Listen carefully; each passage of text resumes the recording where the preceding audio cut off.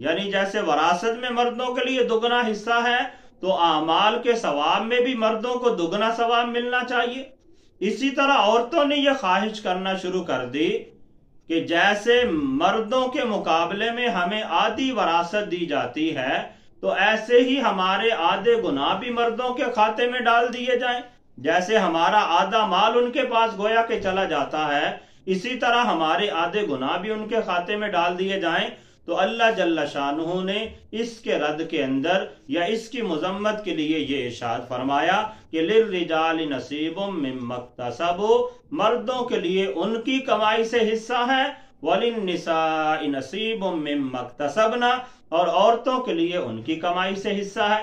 مطلب یہ یہاں پہ کمائی سے مراد مال کمانا نہیں ہے، بلکہ یہاں پر کمائی سے مراد ہے اعمال، کہ جو بندے نے جس قدر اعمال کیے اسے اس کا اسی قدر اجر و ثواب ملے گا۔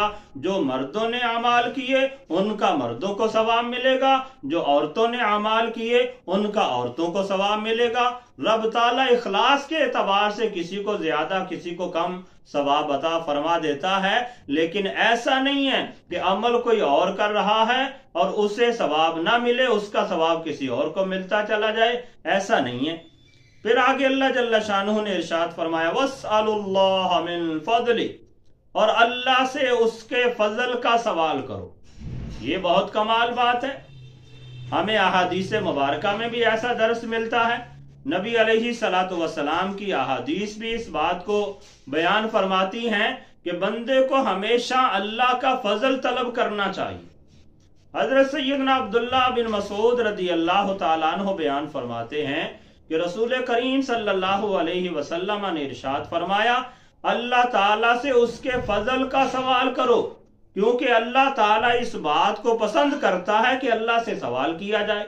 تو اس لیے فرمایا ہمیشہ اللہ سے فضل کا سوال کیا کریں، اللہ سے عدل کا یا اپنے اعمال کی جزا کا سوال نہ کریں، بلکہ ہمیشہ اللہ سے فضل مانگنا چاہیے، کیونکہ ہمارے اعمال تو اس قابل نہیں ہے کہ ہم کامیاب ہو جائیں۔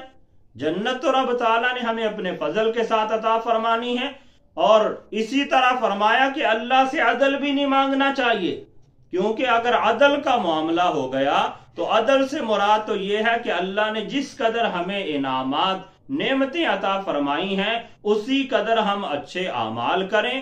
تو ہمیں تو جو نعمتیں ملی ہیں ہم تو کسی ایک نعمت کا بھی کما حق ہو حق ادا نہیں کر سکتے۔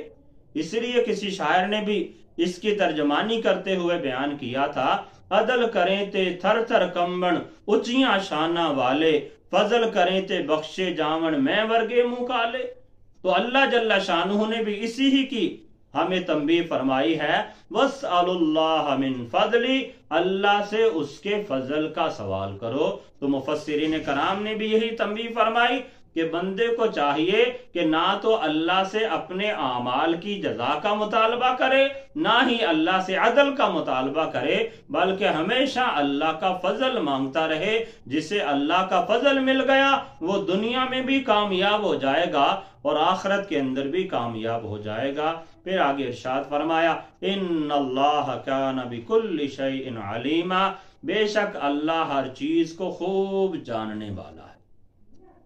یعنی پیچھے تنبیہ فرمائی کہ بندے کو کسی کے مال کے بارے میں تمنا بھی نہیں کرنی چاہیے۔ تو اگر کوئی بندہ کسی کے مال کی تمنا رکھ کے بیٹھ جائے اور ذہن میں یہ خیال کرے کہ شاید اللہ کو پتہ ہی نہیں چلے گا، ایسا نہیں ہے۔ اللہ جل شانہ نے یہاں پہ واضح کر کے بیان فرما دیا ان اللہ کان بکل شیء علیما، کہ بے شک اللہ تعالیٰ کو ہر چیز کا علم ہے۔ جو کام بندے کے دل کے اندر خیال پیدا ہوا ابھی بندے نے وہ کام کیا ہی نہیں ہے، اللہ کو اس کے بارے میں علم ہوتا ہے، بلکہ بندے کے دل میں جو خیال آنا ہے بندے کے خیال آنے سے پہلے ہی اللہ کو علم ہوتا ہے کہ اس بندے کے دل میں کیا خیال آئے گا۔ تو اللہ جل شانہ نے اسے بیان فرمایا ان اللہ کان بکل شیء علیما، اور بے شک اللہ تعالی ہر چیز کو خوب جاننے والا ہے۔ تو اللہ کی بارگاہ میں دعا ہے رب تعالی ہمیں قرآن و سنت کے احکام کو سمجھ کر اس کے مطابق عمل کرنے کی توفیق عطا فرمائے۔